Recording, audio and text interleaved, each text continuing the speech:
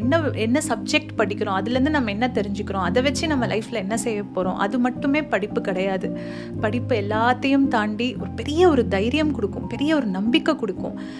லைஃப்பை நம்ம கையில் எடுத்துக்கிட்டு நம்ம ஃபேஸ் பண்ணக்கூடிய ஒரு ஒரு பெரிய ஒரு சொத்து தான் வந்து அது படிப்பு.